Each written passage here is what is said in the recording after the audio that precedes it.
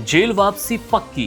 क्या रसूखदार कुलदीप सेंगर की जमानत पर सुप्रीम कोर्ट अब ताला लगाने वाला है? बेबस बेटी की चीख और सीबीआई का बड़ा एक्शन। क्या रसूख के दम पर मिली आजादी अब एक बार फिर सलाखों में तब्दील हो जाएगी? नमस्कार, मेरा नाम है मुकुंद और आप देखना शुरू कर चुके हैं वन इंडिया का स्पेशल न्यूज बुलेटिन देश दिन भर।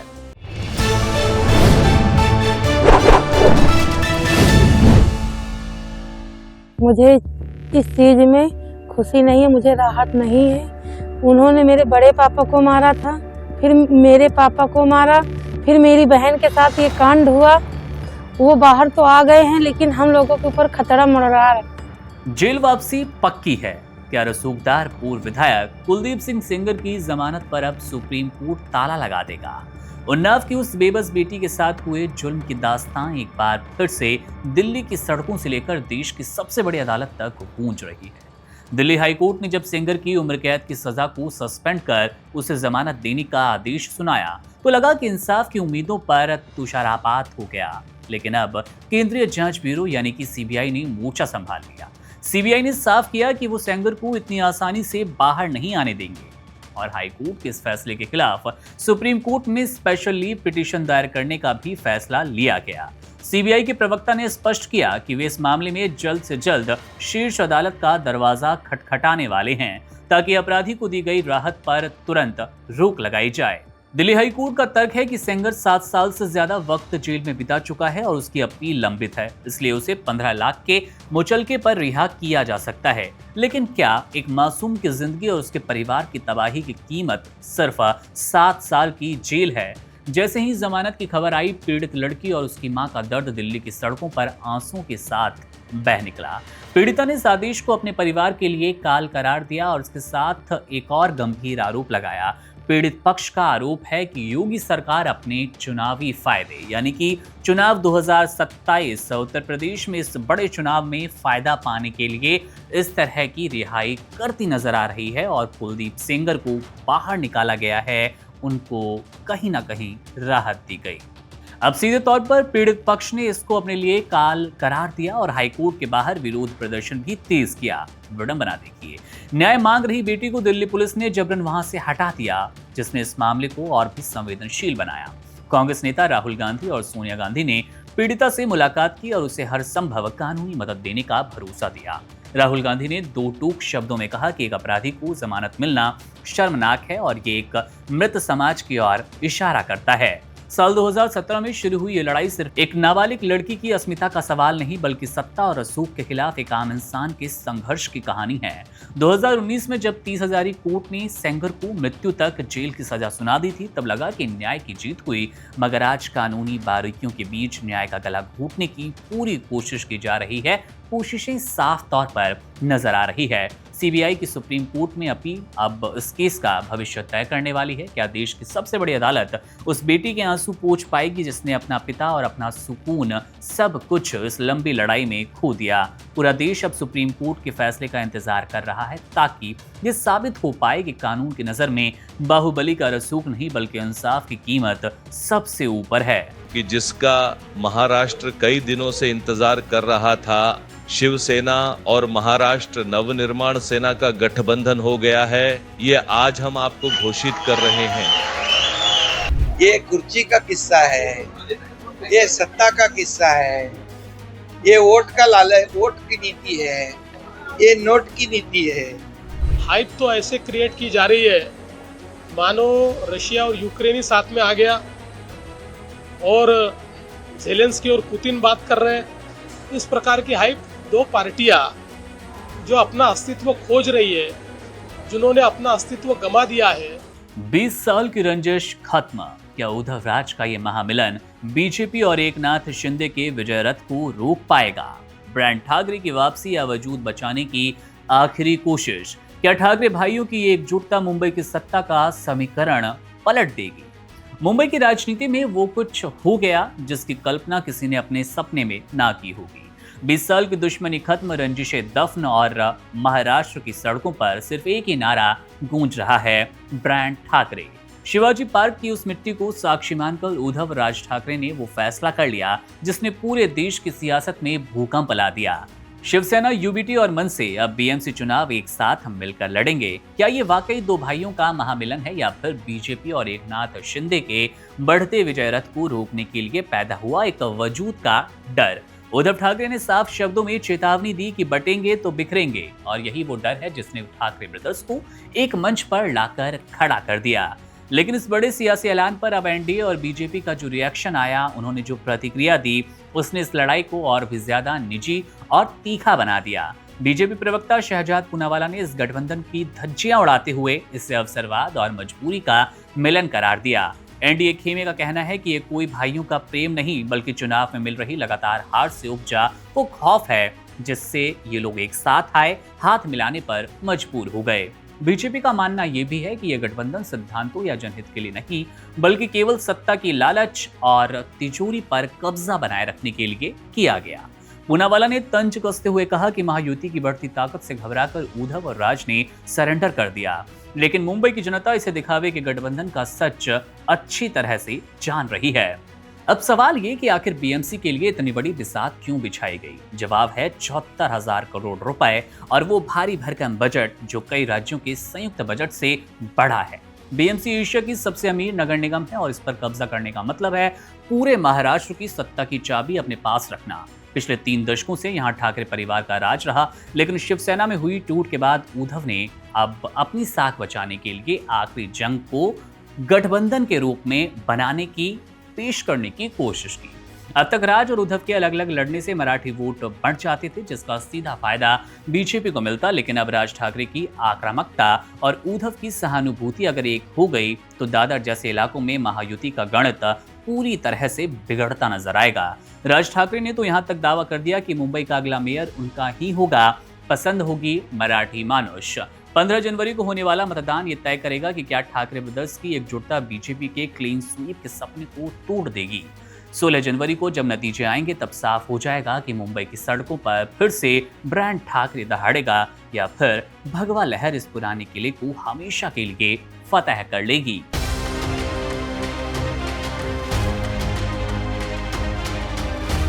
सत्रह साल का वनवास खत्म। क्या तारिक रहमान की वापसी बांग्लादेश को लोकतंत्र की ओर ले जाएगी या बदले की राजनीति शुरू होने वाली है? ढाका की सड़कों पर उमड़ा लाखों का हुजूम, क्या भारत के लिए तारिक रहमान का आना नई रणनीतिक सिरदर्दी बन जाएगा? 17 साल का वनवास, भ्रष्टाचार के संगीन आरोप और एक लंबी कानूनी लड़ाई, लेकिन आज जब ढाका की सड़कों पर 1 लाख से ज्यादा लोगों का हुजूम उमड़ा तो पूरी दुनिया समझ गई कि बांग्लादेश की सियासत का सबसे बड़ा खिलाड़ी वापस लौट आया। क्या आपने सोचा था कि जो शख्स गिरफ्तारी से बचने के लिए 2008 में लंदन चला गया, आज वही शख्स बांग्लादेश का मुस्तकबिल तय करने के लिए सबसे बड़ा दावेदार बनकर उभरता नजर आ रहा है? जी हाँ, नाम है तारिक रहमान, खालिदा जिया का वो बेटा जिसे बीएनपी का क्राउन प्रिंस कहा जाता है। 17 साल बाद ढाका एयरपोर्ट से 300 फीट रोड तक जो 13 किलोमीटर का शक्ति प्रदर्शन हुआ, उसने शेख हसीना के समर्थकों की नींद उड़ा दी और दिल्ली से लेकर वॉशिंगटन तक खलबली भी मची है।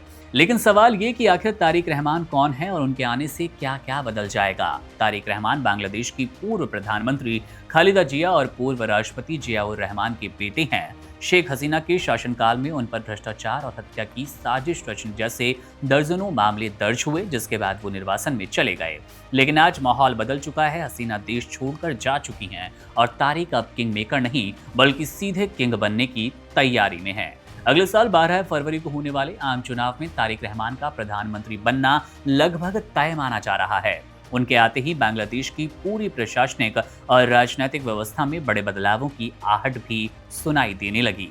तारिक रहमान ने ढाका की जमीन पर कदम रखते ही 17 मिनट का जो भाषण दिया, उसमें उन्होंने नए बांग्लादेश का खाका खींचा। उन्होंने मार्टिन लूथर किंग जूनियर का जिक्र करते हुए कहा कि मेरा भी एक सपना है, एक ऐसा सपना, एक ऐसा सुरक्षित देश जहां हिंदू, मुस्लिम, बौद्ध और ईसाई सब सुरक्षित रहें। गौर करने वाली बात यह कि उन्होंने अपने भाषण में शेख हसीना का नाम लिया ही नहीं, जो ये खुद दर्शाता है कि अब वो खुद को एक बड़े और गंभीर जननायक के रूप में पेश कर रहे हैं। हालांकि जिस वक्त वो शांति की बात कर रहे थे, उसी वक्त बांग्लादेश में युवा नेता शरीफ ओस्मान हादी की हत्या के बाद भीषण हिंसा भड़की हुई है। अखबारों के दफ्तर जलाए जा रहे हैं और अराजकता अपने चरम पर है।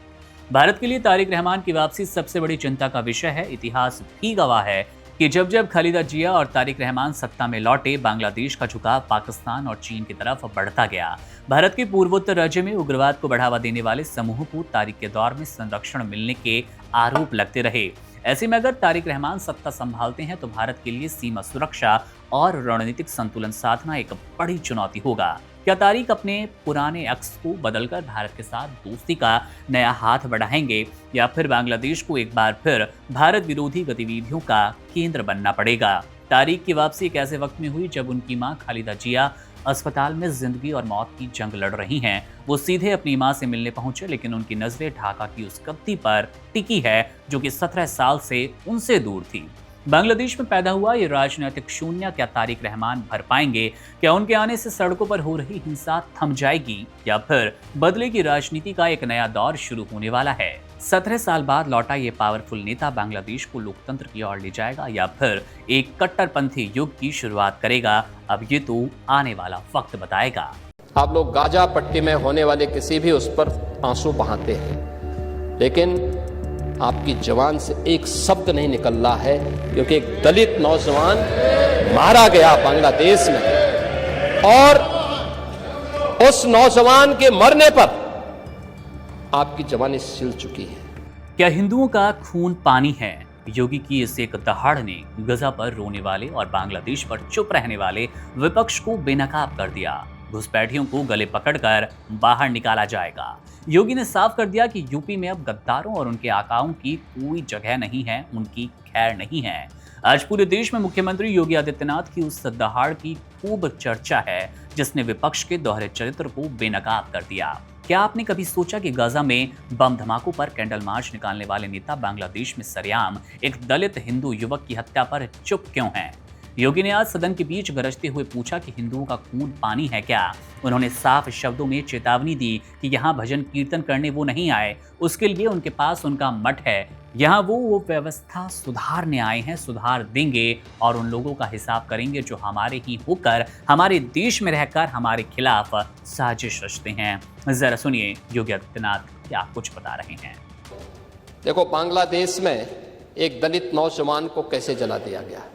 आप लोग गाजा पट्टी में होने वाले किसी भी उस पर आंसू बहाते हैं, लेकिन आपकी जवान से एक शब्द नहीं निकल रहा है, क्योंकि एक दलित नौजवान मारा गया बांग्लादेश में, और उस नौजवान के मरने पर आपकी जवानी सिल चुकी है, क्योंकि आप उसको केवल वोट बैंक के रूप में इस्तेमाल करते हैं। ये राजनीति नहीं है पांडे जी, ये राजनीति नहीं है, ये वो सच्चाई है जो आपकी तुष्टीकरण की नीति है, जिसके कारण बांग्लादेश बना है। अगर बांग्लादेश पाकिस्तान नहीं बना होता, इस तरीके से हिंदू नहीं जलाया होता, और जलाता तो फिर उसकी क्या दुर्गति होती या वह भी जानता। ये सुरक्षा की गारंटी, वहां मारे जा रहे हैं हिंदू, आप लोग नहीं बोलेंगे। एक कैंडल मार्च निकाल के चलते हैं गांजा के मुद्दे को लेकर के, लेकिन पाकिस्तान और बांग्लादेश में हिंदू मारा जाता है तो आपके मुंह बंद हो जाते हैं, क्योंकि मरने वाला हिंदू है, दलित है, आप बोलेंगे नहीं। और यही सच्चाई है। निंदा प्रस्ताव पारित होना चाहिए, और ये प्रस्ताव नेता विरोधी दल की तरफ से आना चाहिए। इस घटना की हम भर्त्सना करते हैं और बांग्लादेश सरकार को इस बात की चेतावनी देता हूं, और इसीलिए हम कह रहे हैं, नोट करना, ये चीजें होनी चाहिए, और हमारा भी प्रयास होना चाहिए। जब बांग्लादेशी को यहां से निकालेंगे और रोहिंग्या को यहां से बाहर का रास्ता दिखाएंगे तो उनके समर्थन में मत आना, क्योंकि उनमें से बहुत सारे लोगों के वोट आपने बनवाए हैं, उनके बहुत सारे लोगों के लिए आधार भी बनवाने का पाप किया है आप लोगों ने। इसलिए इन चीजों को ध्यान में रखना, और एक एक चीज की स्क्रीनिंग होगी, बहुत प्रभावी कार्रवाई करेंगे। हमारे ही देश में रह करके ही हमारे लोगों के खिलाफ अपराध, और वहां पे निर्दोष हिंदुओं पर अत्याचार करोगे, निर्दोष सिक्कों पे अत्याचार करोगे? ये स्वीकार्य नहीं हो सकता है और यही आप करते हैं। योगी आदित्यनाथ ने विपक्ष को ललकारते हुए पूछा, आखिर एक दलित हिंदू की मौत पर विपक्ष की जुबान सिल गई क्या? क्या आपकी संवेदनाएं सिर्फ मजहब देखकर जागती है? योगी ने सीधी चेतावनी दी कि यूपी में रह रहे अवैध बांग्लादेशियों और रोहिंग्याओं के खिलाफ अब एक्शन होगा, जो पहले कभी नहीं हुआ।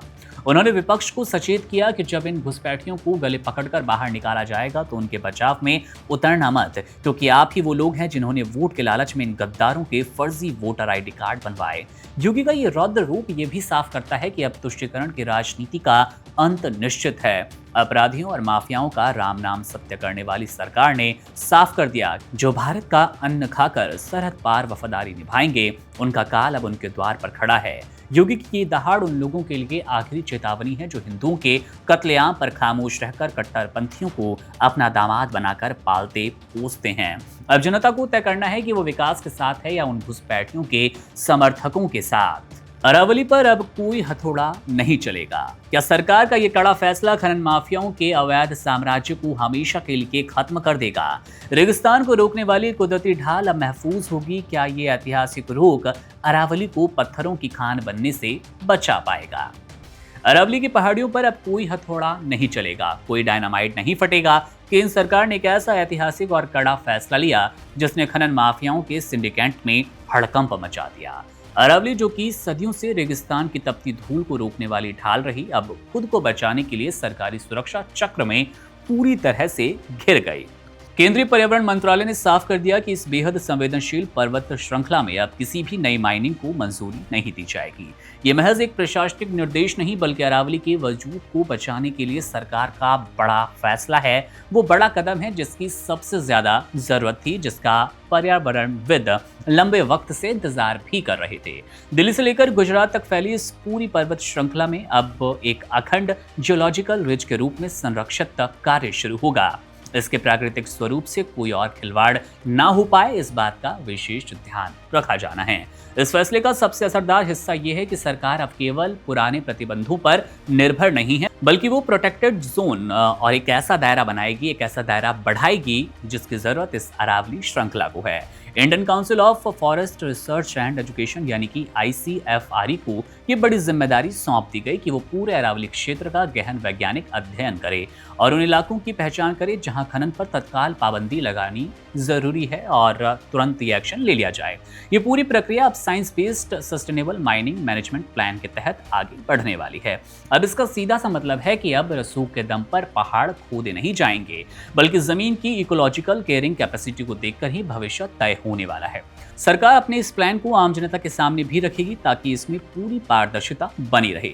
जो खदानें पहले से चल रही है उनके लिए भी अब राह आसान नहीं होगी। केंद्र सरकार ने राज्यों को दो टूक लहजे में कह दिया है कि उन्हें सुप्रीम कोर्ट के आदेशों को अक्षरशः यानी कि पूर्ण रूप से पालन करना होगा। चल रही खनन गतिविधियों पर अब सख्त रेगुलेशन का पहरा होगा और पर्यावरण सुरक्षा उपायों में जरा सी कोताही बर्दाश्त नहीं की जाएगी। मंत्रालय ने स्पष्ट कर दिया कि अरावली केवल पत्थरों की खान नहीं, बल्कि ये बायोडाइवर्सिटी का खजाना है और ग्राउंड वाटर को रिचार्ज करने का सबसे बड़ा प्राकृतिक जरिया भी। अगर अरावली खत्म हुई तो उत्तर भारत को मरुस्थलीकरण से कोई नहीं रोक पाएगा। चपेट में पूरा उत्तर भारत आएगा और सरकार भी अब ऐसा कुछ होता हुआ देखना नहीं चाहती। सरकार की नई प्रतिबद्धता अरावली के फेफड़ों के लिए ऑक्सीजन का काम करेगी। अब देखना यह है कि प्रशासन इस ग्रीन आदेश को जमीन पर कितनी कड़ाई से लागू कर पाता है ताकि हमारी आने वाली पीढ़ियों को अरावली सुरक्षित मिले।